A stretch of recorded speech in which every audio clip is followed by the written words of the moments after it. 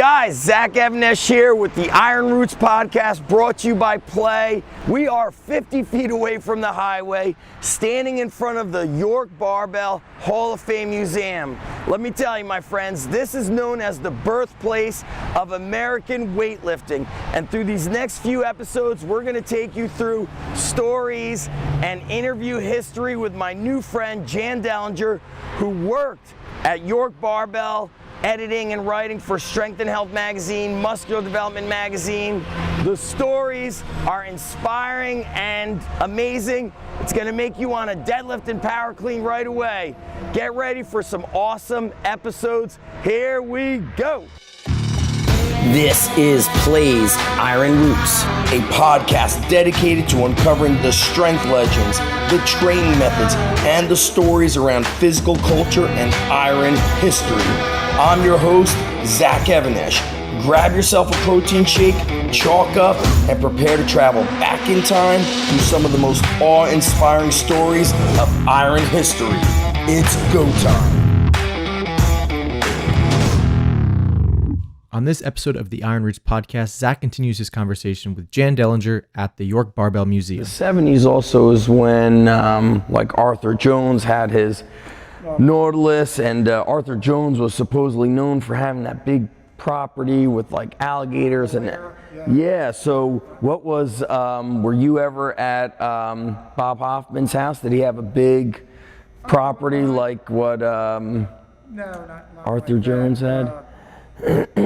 I was in his property up here in Lightner's Hill, is where he lived in the 30s. It had there were 2 stone homes there. He got them built for like $30,000, Grimmick told me, which in the 1930s was a lot of money. That's a lot of money. But still, you know, that would translate well to today's dollars, really well. And he had a what would you call it, a nice summer house with it. He had that swimming pool, and he kind of had a fenced-in yard up there. That had some vines growing around it, things like that. But that's where, like I said, well, the picture out here I showed you where they had competition. They put a platform out there in the backyard and had sandwiches and stuff, and guys lifted. And but I think as the York Barbell gym started to get acclaim and grew, it transitioned from there at his house. In fact, I was in his garage. Some of the early power racks were there with some of his canoes. This is like 1982. These are actually wash line posts. The isometric racks? Yeah. Yep, which I had mentioned to you was that was what they had at the YMCA I trained at. That's what they had at Diamond Gym. This is the model, if you will, of where those power racks came from. These are like circular wash line posts. Yes. And they had, they were parallel, and they bolted them in, they flanged them into the floor, they flanged them into the ceiling, and then they bored holes in there and they just had the pins going through them. Why did they go so high to the ceiling? Well, it's overhead. Yeah. That's right, to be able to press overhead. But now the portable power rack was like the same distance, but it was channeled. And you had to be sitting down, unless you were, really short, you had to be sitting down to press overhead. Well, they figured people would put them in a basement. Most basements were 8 feet tall. You're not pressing overhead anyway. Yeah, that was always the big thing for me to shop for a house. Like, can I put a barbell over my head? I didn't tell the wife, though. Right, no, I understand. You don't want to let them know just how far going you really are. That's right. That's so right. I was just like, I don't care what this house looks like. Is there a garage, and can a barbell go over our head? Yeah, I certainly get that. They really, equipment-wise, York was really, to me, it seems like the forefront, especially because, even now, people are still searching for York dumbbells, York plates, York isometric racks, decades later. Between York iron and steel and York benches and things like that. York did not have what you call a real complete equipment line. That was okay for the 50s. You had a standing calf machine. You had a vertical leg press, which could have been taller. And one or two other things. They had benches, but I think the early benches were narrow. Very narrow. Now, the problem with that is if you had an Olympic bar, how do you load that if you're by yourself? It's going to flip, right. Right. You still see Arnold training on that stuff and Franco. And they had like Gold's Gym. They had, I think Joe Gold made some of his equipment like that. So anyway, but that's sort of the state of the art at one time. And when Joe Gold was young, that would have been the state of the art, and he just sort of made what he knew, I guess. But yeah, we in the early 70s, they developed a Superpower bench. York Superpower bench. Just flat, it was just a great name. Anyway, they used it at the World Powerlifting Championships. We still had them out here in the store when I worked here and would do it occasionally. It had round tubing for uprights. And a lot of people looked at that. Guys could bench press 300 pounds. Well, how do you, that doesn't look very sturdy. Well, it's wall thickness. That's what you can have 4-inch square tubing. It looks big and bulky, but with a flimsy wall, you can't handle that much. And so when people would say, well, this bench is, I'm benching 330. I don't think it can hold me. I bring him out here to the Hall of Fame. It was a picture of Hugh Cassidy winning the World Powerlifting Championships. Hugh weighed about 330. He benched 580 on that bench. I said, so now here's a guy doing 580, weighs 330. He weighs what you can bench press. Yeah. And he's doing it on this bench. Jim Williams benched even more. Big Jim, interesting about Big Jim Williams is a guy that comes to my gym. Yeah. His brother-in-law is Jim Williams' son. Okay. And so he grew up in the Scranton area. Yeah, so he'd tell me stories about Big Jim and Marty Gallagher. Do you know Marty? I know of Marty Gallagher. Yeah, Marty always mentions Hugh. He calls Hugh Huge Cassidy, so that he basically mentored him with all the training. Yes, yeah. Hugh's a good guy, nice guy, intelligent guy. Hugh was smart. Once he got out of powerlifting, he dropped a lot of weight. In fact, there's pictures of him, I think, in a bodybuilding contest. Really? Yeah. Anyhow. Oh yeah, you're right. I think I've seen them. Right. Yeah. But Cassidy's a smart guy, but the guy trained twice a week, and he basically did the 3 lifts twice a week, and I think he did some hyperextensions with it, and he did some neck work, various kinds of neck work. But it was very simple. But Cassidy, when we had the first strength picnic, the strength spectacular. Right. You came, and we're having the out front here, I think they were having a wheelbarrow race or something. I said to you, would you, if you were young again, would you do this? He said, oh yeah. He said, I would prefer, he said, I wished they had this when I was young. He said, I'd have been better at this than I was at powerlifting. The strength spectacular was like a strongman. Yeah. I think I've seen it on YouTube. Well, that we had, the first one we had a leg press. Guys had a leg press. It was a double body weight or something like that for reps.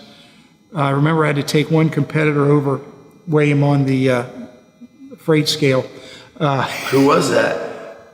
It was Kenny something. He must have been then 4 plus. Yeah, he had to do 880, I think it was. Oh my goodness. And it was hot out here, and I'm thinking, I hope this guy can make it through. I mean, don't stroke out. But we had that. We had the farmer's walk. Yeah. With 150-pound dumbbells.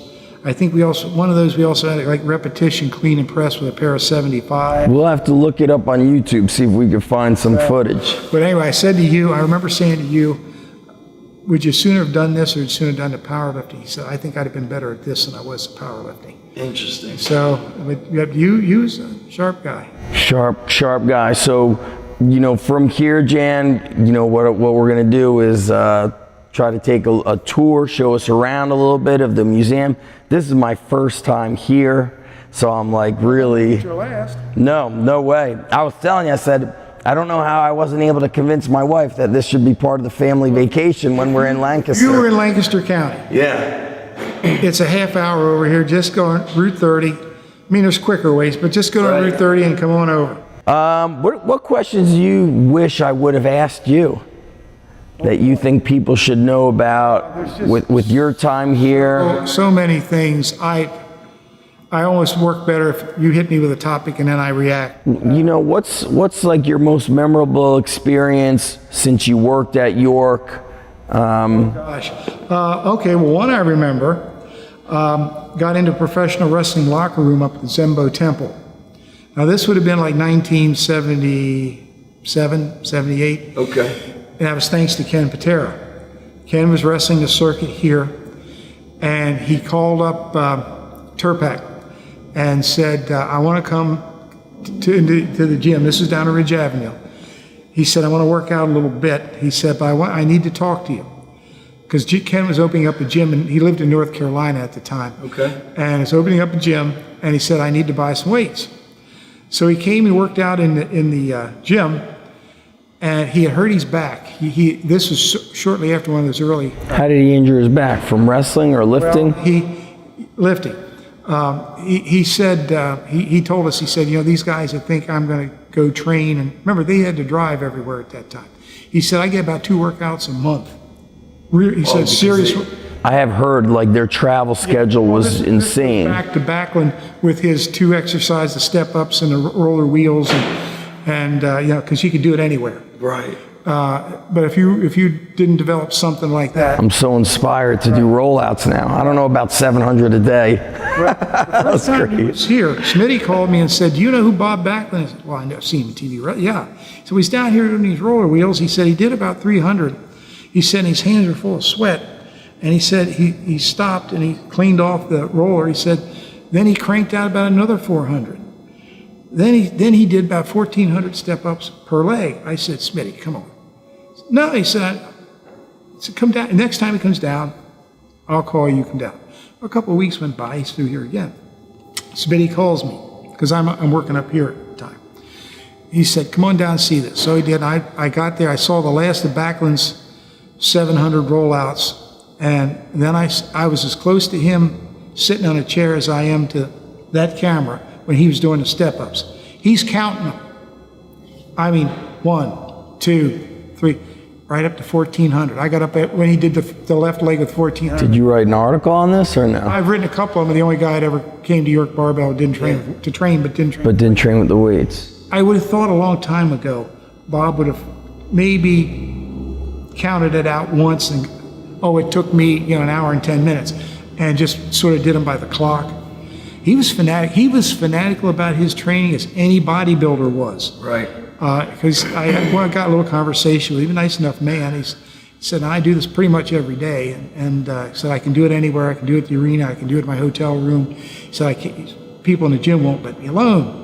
He said, He said, sometimes if I see parallel bars, I'm driving through a town, I see a gym or a park. They have parallel bars and stuff. Gym bars. So I'll get out and do some of that. That stuff's the best. Right. That stuff's great. Thank you for supporting the Iron Roots podcast, brought to you by Play. To see this episode and all the other educational resources brought to you by Play, go to play.pro, Plae.pro. You're going to love it, and we'll see you next time.